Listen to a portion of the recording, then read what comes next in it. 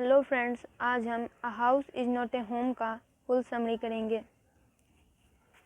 यह कहानी एक किशोर यानी टीनेजर होने की चुनौतियों और बड़े होने की समस्याओं को दर्शाती है। लेखक अपनी समस्या को कैसे दूर करता है, आइए फ्रेंड्स जानते हैं।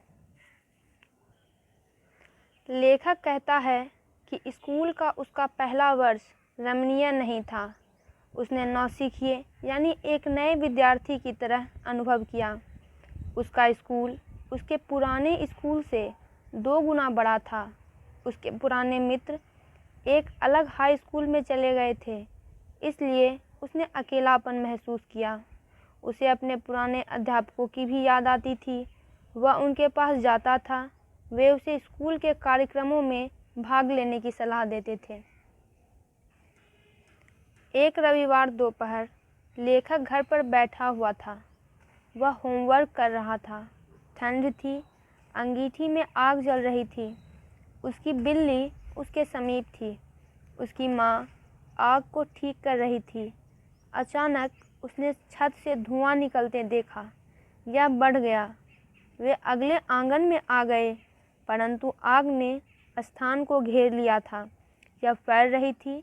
उसकी माँ घर में फिर चली गई। लेखक पड़ोसियों के पास आग विभाग को बुलाने के लिए चला गया। फिर लेखक की माँ महत्वपूर्ण कागजात के साथ घर से बाहर भाग गई। वह फिर घर में घुसी। वह अपने पति के फ़ोटो और लेटर्स लेना चाहती थी। वह उसके पीछे दौड़ा, परंतु फायरमैन यानी अग्निशमन अधिकारी ने उसे पकड़ लिया। लेखक ने उसे बताया कि उसकी माँ अंदर थी।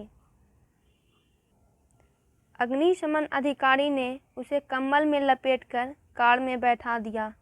शीघ्र ही दूसरा अग्निशमन अधिकारी लेखक की मां को ले आया।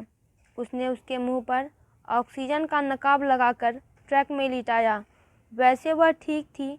उसने सिर्फ थोड़ा सा अधिक धुआं सांस द्वारा अंदर ले लिया था। 5 घंटों के बाद अंत में आग बुझा दी गई। घर पूरी तरह जल गया था। लेखक को ध्यान आया कि उसने अपनी बिल्ली को नहीं देखा था। उसने रोना आरंभ कर दिया। वह चिल्लाया भी। अग्निशमन अधिकारियों ने उसे घर के अंदर नहीं जाने दिया। वे रात के लिए लेखक के दादा दादी के घर चले गए। अगले दिन लेखक स्कूल चला गया।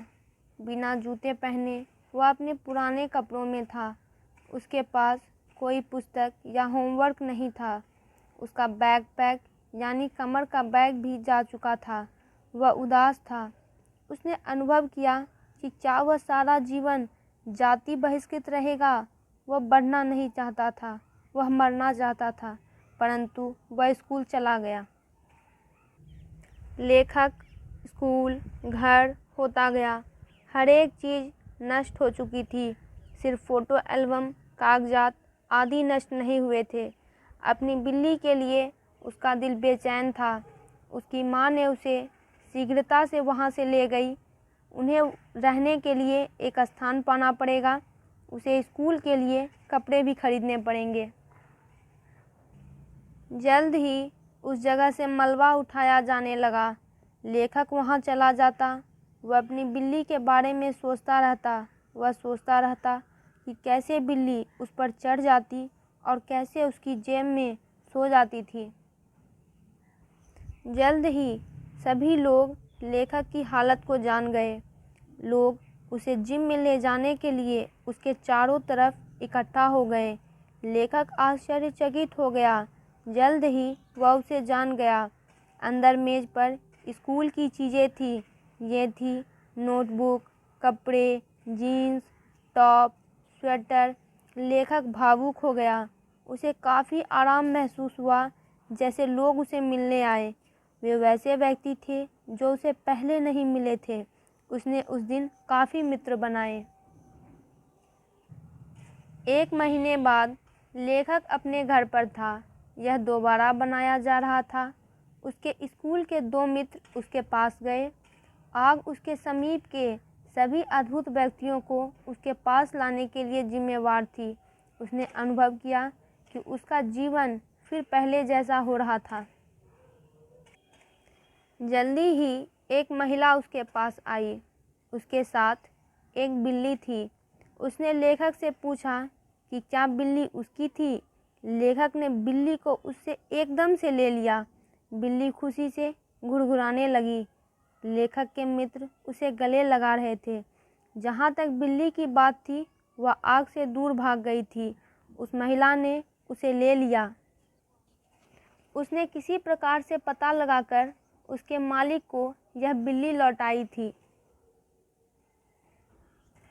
लेखक अपने मित्रों के साथ बैठा था। बिल्ली उसकी गोद में सिकुड़कर बैठी थी। हानि और बुरी घटना की भावनाएं समाप्त हो चुकी थी।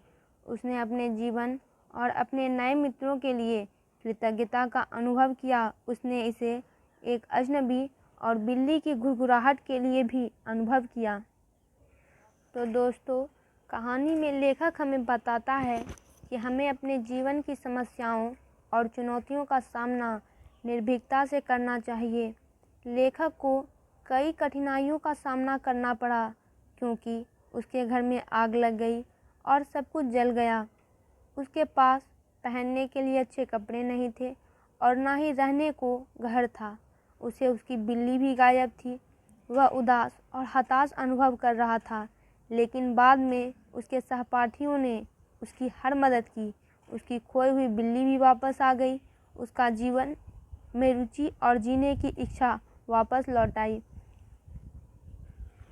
फ्रेंड्स, इससे रिलेटेड वीडियोस के लिए चैनल को सब्सक्राइब करें और आप इस चैनल पर इंग्लिश और सोशल साइंस के वीडियोस देख सकते हैं।